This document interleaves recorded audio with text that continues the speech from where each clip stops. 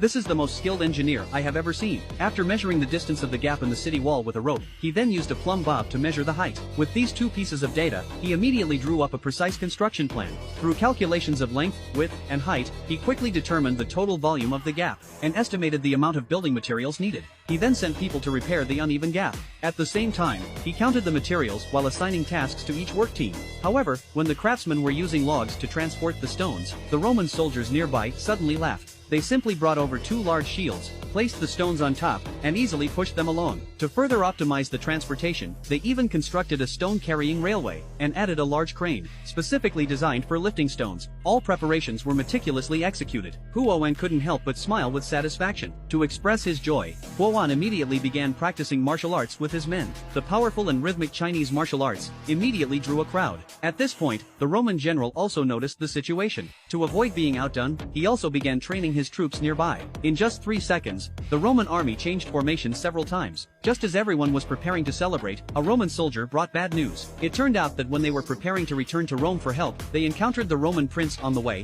who was leading his troops to attack here. All the other messengers were killed, and only he survived. By then, the enemy had already arrived at the castle. What kind of miracle will Huo An and the Roman general create when faced with 100,000